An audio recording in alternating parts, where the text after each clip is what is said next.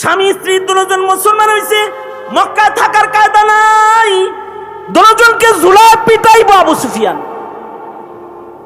রাতারাতি হিজরত করে হাবশায় চলে গেছে।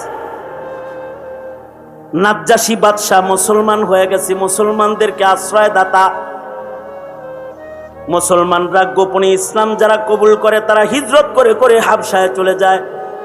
কারণ হলো তখনও হুদাইবিয়ার সন্ধিপত্র বাস্তবায়িত, ইসলাম কবুল করলেই মক্কায় থেকে হিজরত করে মদিনায় যাওয়া যায় না। হাবশায় যে অবস্থান করতেছেন, আল্লাহ যদি কাউকে সরায় দেয় ইসলাম কবুল করার পরেও গাড়ে ধাক্কা দিয়ে সরায় দেয়। হযরত উম্মে হাবিবা একদিন স্বপ্নে দেখতেছেন ওনার স্বামীর চেহারা পাল্টায় গেছে। ভয় পায়া গেলেন, স্বামীর চেহারা পাল্টায় গেছে, তাইলে কি আবার ইসলাম ছাইরা দিব নাকি? সত্যই ঘটনা তাই ঘটলো। দুইজন মুসলমান হইছে, একজন ইসলামে অটল আছে, কিন্তু স্বামী খ্রিস্টান হয়ে গেছে, খ্রিস্টান মেয়ের পিছু ধরে পালায় গেছে। ইসলামের উপরে উম্মে হাবিবা অটল রয়েছে।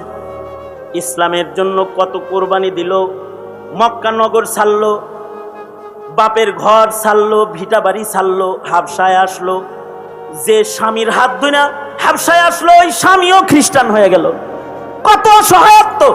হযরত উম্মে হাবিবা বলেন, হাবশায় আমার এমন এক জীবন শুরু হয়ে গেল যে আমার উপরে যেন একটা ঘূর্ণিঝড় চলছে, মহাসংকট, আমার কেউ নাই। সংকটের ভেতরেও যখন আমি আমার আল্লাহকে ডাকতেছিলাম, আমার আল্লাহ খুশি হয়ে গেল। আমার সুখের দিন চলে আসলো, আধার কেটে গেল, আলো জ্বলে উঠলো। আমার ঘরের দরজায় নাজ্জাশী বাদশার পক্ষ থেকে পয়গাম সহ এক দাসী দাঁড়ানো দেখলাম, চিঠি লইয়া আগমন করেছে। দরজায় দাঁড়ায় জিজ্ঞেস করলাম, এহে দাসী কোত্থেকে এসেছো?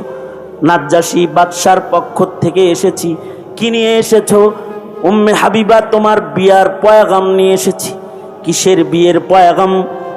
কয়, তোমার কাছে বিবাহের পয়গাম পাঠাইছেন হাবিবুল্লাহ রাহমাতুল লিল আলামিন মুহাম্মাদুর রাসূলুল্লাহ সাল্লাল্লাহু আলাইহি ওয়াসাল্লাম বাদশার মাধ্যমে তোমার কাছে বিয়ের পয়গাম পাঠাইছেন। তুমি যদি রাজি হও তাহলে রাহমাতুল লিল আলামিনের ঘরে যাইবা, বউ হয়ে যাইবা।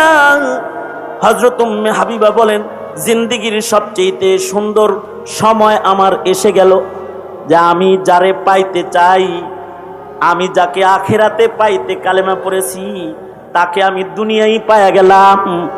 যারে আমি পরে পাইতে চেয়েছি তাকে আমি আগে পাইয়া গেলাম। যে আল্লাহরে পাওয়ার জন্য, খুশি করার জন্য আমি হিজরত করেছি, সেই আল্লাহ তাআলাকে আমি কাছে পাইয়া গেলাম।